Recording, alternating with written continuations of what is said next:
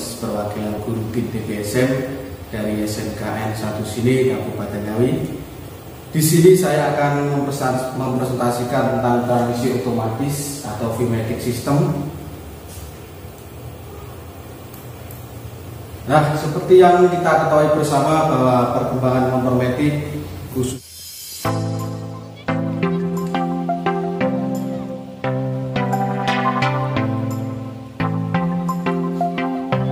biar nggak kumut-kumut guys.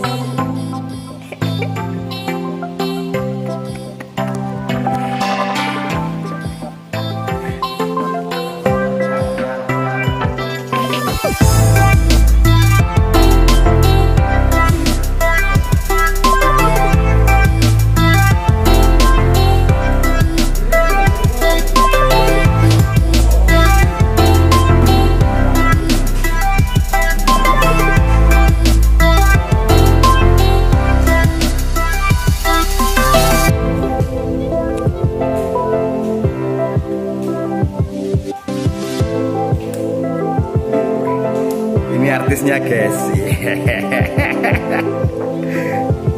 Ini Pak Erwin, dan itu Pak Ipul, ya, Pak Ipul, Pak Irwan.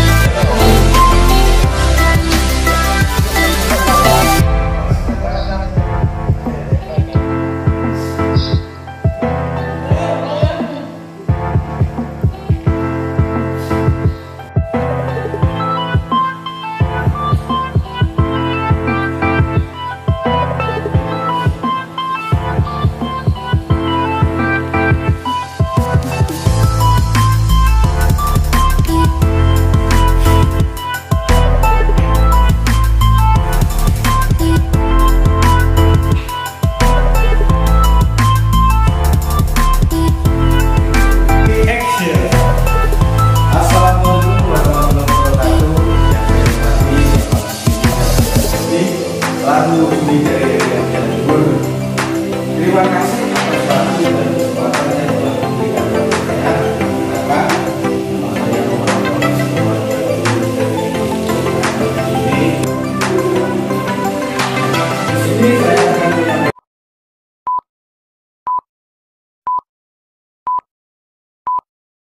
Sebelumnya, bismillahirrahmanirrahim. Assalamualaikum warahmatullahi wabarakatuh. Yang saya hormati Dewan Juri dari MPN Jawa Timur. Terima kasih atas waktu dan kesempatan yang diberikan kepada saya. Perkenalkan, nama saya Muhammad Rois, perwakilan guru BIN DBSM dari SMKN 1 Sini, Kabupaten Ngawi. Di sini saya akan mempresentasikan tentang transmisi otomatis atau VMatic System. Nah, seperti yang kita ketahui bersama bahwa perkembangan motor matic khususnya dari produk Honda sangat diminati di kalangan masyarakat. Karena produk Honda memiliki, khususnya tipe matic, memiliki keunggulan-keunggulan yang tidak dimiliki tipe cup dan tipe sport. Keunggulan yang saya ketahui yaitu ada 3 poin. Yang pertama, motor matic sangat mudah untuk membawa barang karena didesain dari produk Honda, bagasi yang sangat luas dan sudah diaplikasikan gantungan barang.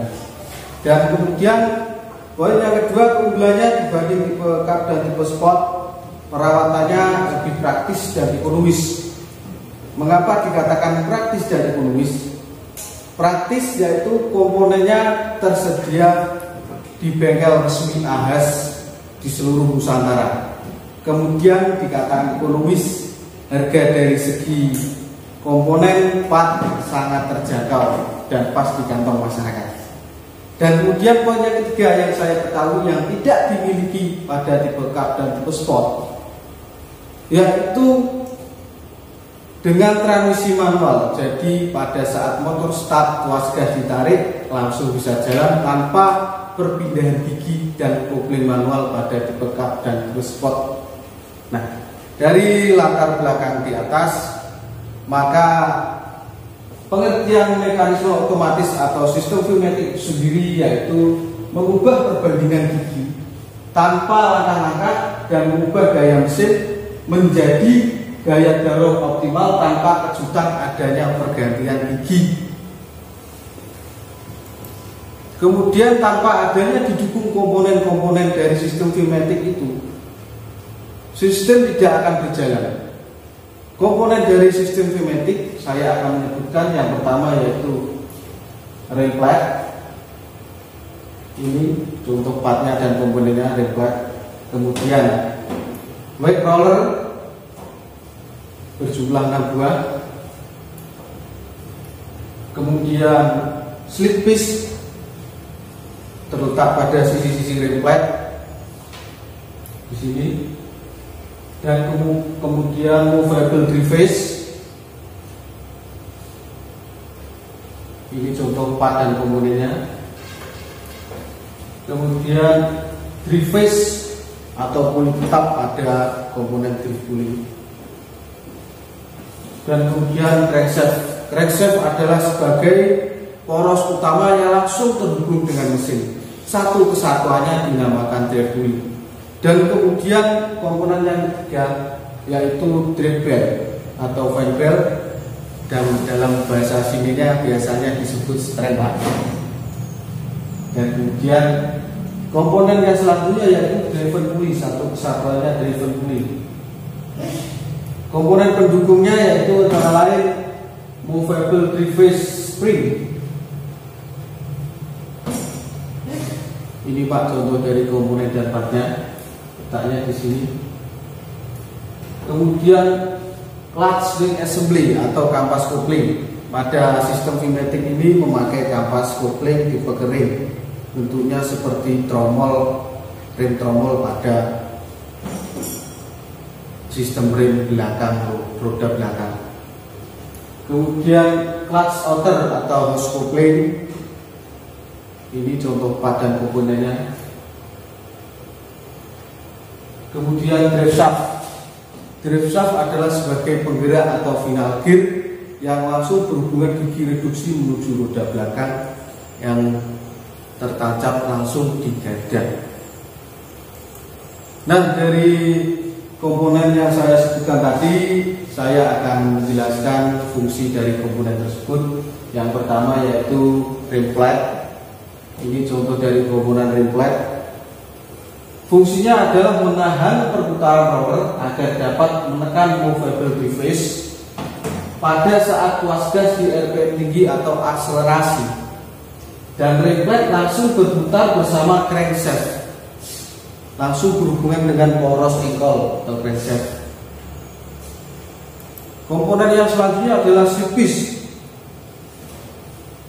Slip piece terletak di sisi-sisi pada rim plate, Pak.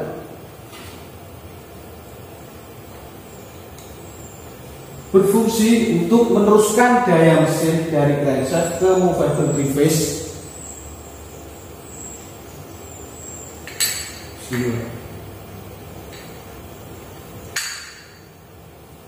Selain itu, slip piece dipasang antara metalik part untuk mengurangi keausan dan benturan antar logam. Jadi bahannya terbuat dari metalik. Kemudian komponen yang selanjutnya yaitu wake roller. Wake roller pada sistem transmisi otomatis ini ada 6 buah. Berfungsi untuk menjaga keseimbangan gaya berat untuk menekan dinding dalam movable driveface waktu terjadi putaran tinggi. Itu fungsi daripada komponen atau part roller tersebut. Kemudian komponen yang selanjutnya yaitu movable driveface. Ini contoh dari komponennya dan juga ada di slide. Berfungsi untuk menekan drag belt dalam putaran tinggi karena movable driveface ini dapat bergerak ke kanan ataupun ke kiri. Jadi ini yang dinamakan daripada puli bebas yang menekan drag belt pada kecepatan tinggi. Dan kemudian driveface. Device berfungsi sebagai penahan drebel. Komponen ini tidak bergerak atau berbentuk piringan tirus. Ini komponen atau puli tetap pada satu kesatuan tripuli. Dan pada sisi device ini ada kipas sebagai pendingin daripada komponen-komponen sistem pneumatik, dan terutama untuk mendinginkan drebel yang terbuat dari karet supaya tidak cepat aus dan tidak mudah terbakar. Dan komponen yang selanjutnya adalah crankshaft yang langsung berhubungan dengan mesin. Jadi crankshaft ini berfungsi untuk menghubungkan putaran mesin ke tripuli dan sebagai poros utama. Komponen ini tersambung langsung dengan mesin secara ketat sebagai poros tetap, yang artinya sebagai penggerak, sehingga RPM mesin juga sama dengan RPM tripuli. Jadi pada saat tuas gas diputar 2000 RPM, maka yang keluar pada tripuli akan sama persis dengan putaran crankshaft, yaitu 2000 RPM. Nah, komponen yang selanjutnya yaitu drebel. Drebel berfungsi sebagai penghubung putaran dari tripuli ke driven pulley.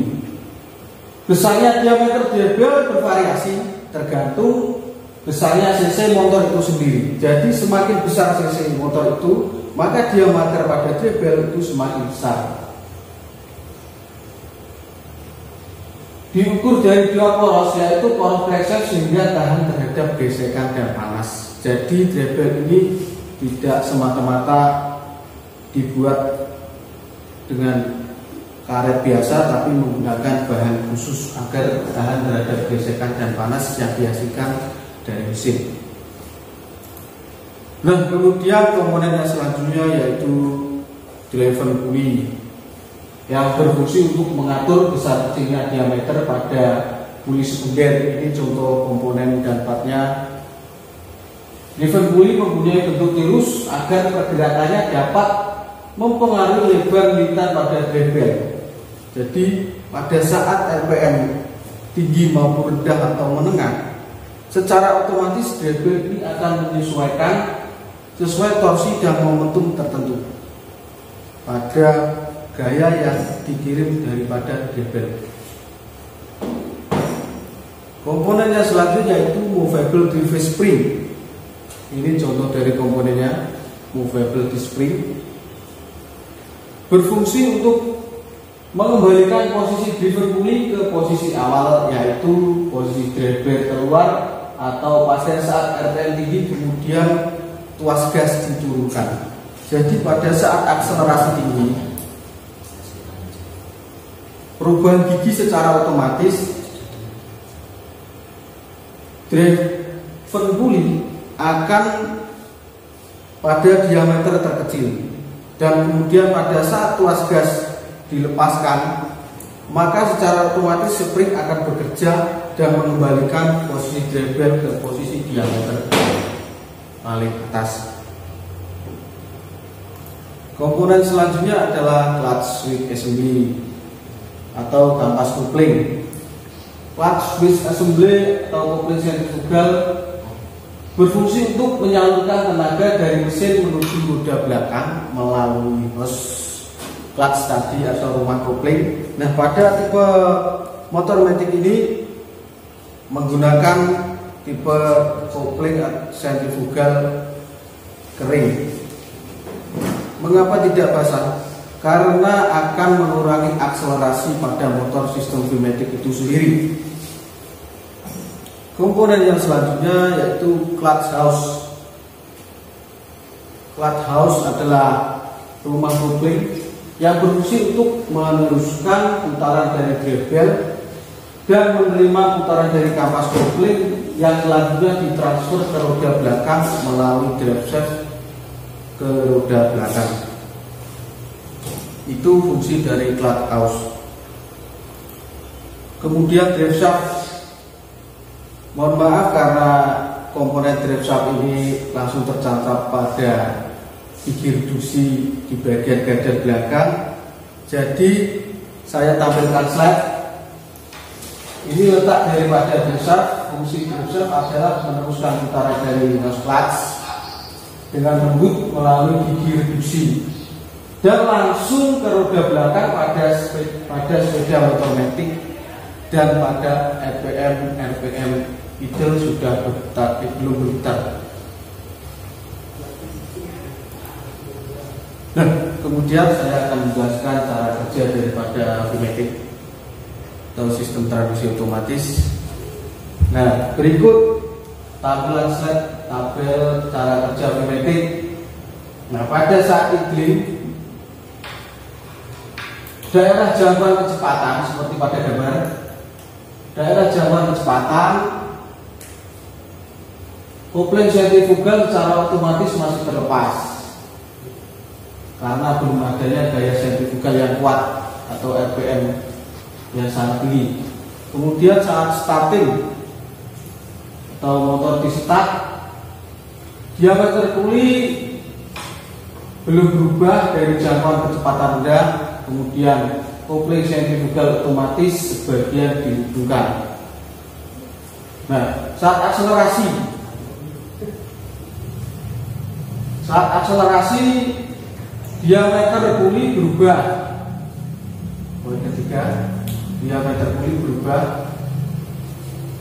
Drift puli pada diameter maksimal, kemudian driven puli pada diameter minimal, yaitu perubahan gigi secara otomatis dari jangkauan kecepatan rendah ke kecepatan tinggi.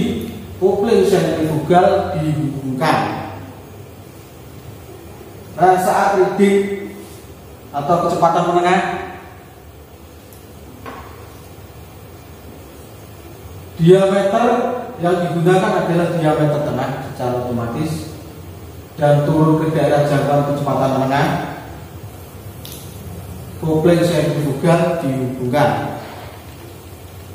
Nah, pada saat pusing atau kecepatan tinggi, kita memutar gas atau menekan tuas gas dengan kecepatan tinggi. Perubahan puli dari daerah jangkauan kecepatan menengah ke daerah jangkauan kecepatan tinggi, kopling sentrifugal otomatis dihubungkan.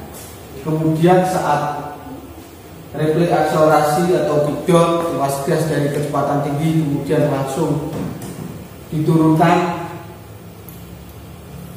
Perubahan puli sedikit turun ke daerah jangkauan kecepatan rendah dan kopling sentrifugal masih dihubungkan. Nah, pada saat reading down, poin terakhir, atau engine kembali ke stansuler atau idling, posisi drive bell pada drive puli pada diameter terendah dan posisi drive bell pada driven puli pada diameter maksimal. Dari daerah jangkauan kecepatan tinggi ke kecepatan rendah dihubungkan kemudian dilepaskan.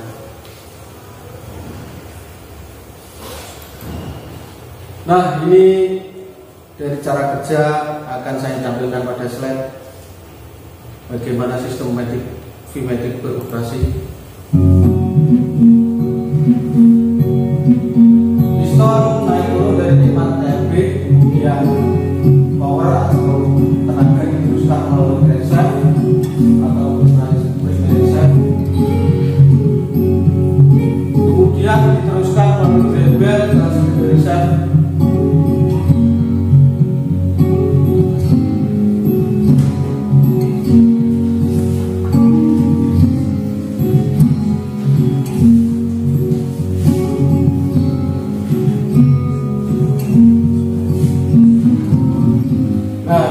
Diameter terendah, diameter 2, diameter maksimal, diameter 3, diameter terendah, diameter maksimal, diameter maksimal. Pada saat RPM tinggi, secara otomatis akan berubah. Kalau kemudian pada RPM tinggi terkena gaya sentrifugal akan menekan secara otomatis.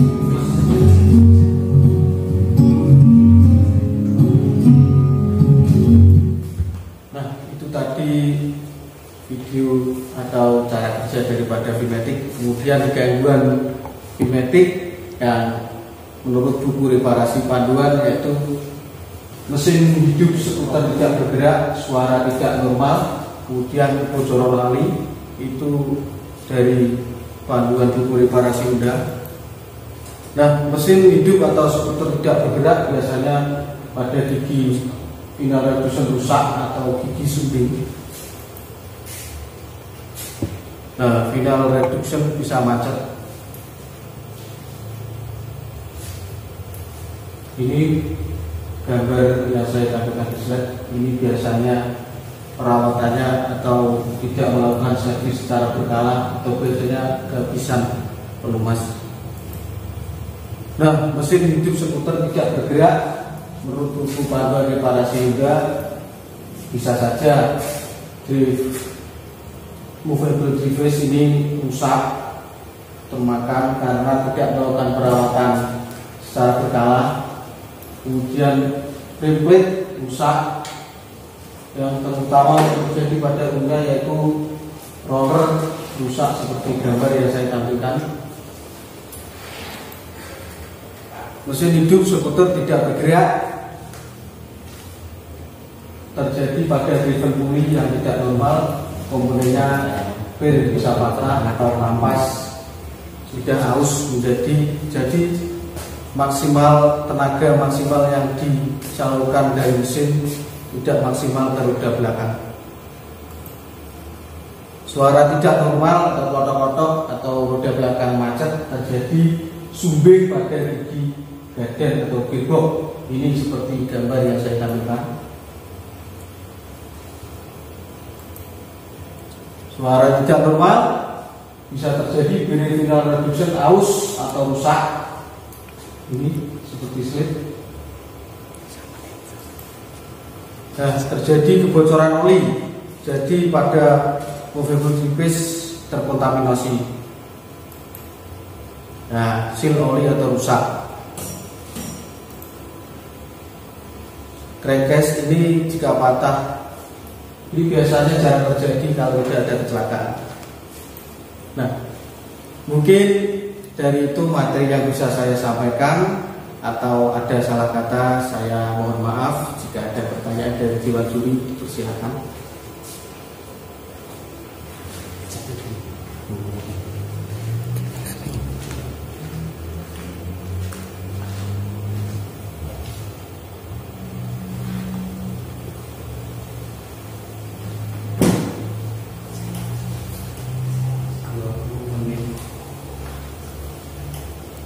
Iya Pak, langsung lanjut saja.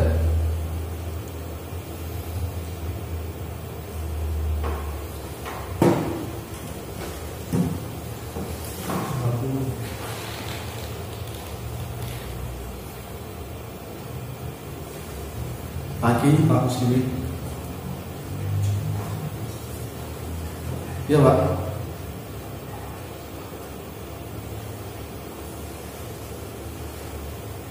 Sekitar RPM 3000 RPM sudah mengembang Pak. Iya.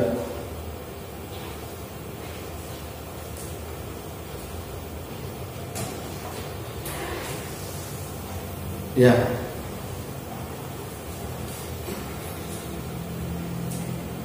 Itu untuk meneruskan gaya atau power dari mesin ke roda belakang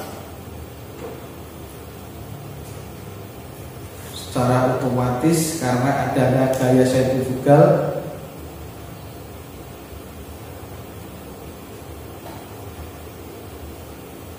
Meneruskan ke roda belakang.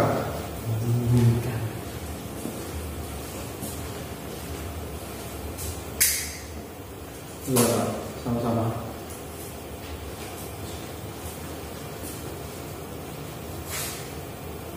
Iya Pak, selamat pagi.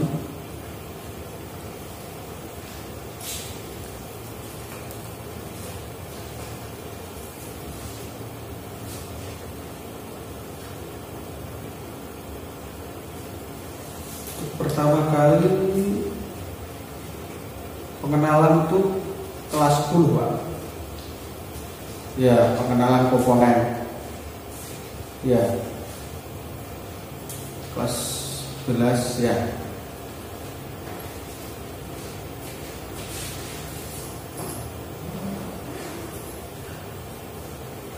Oh ya.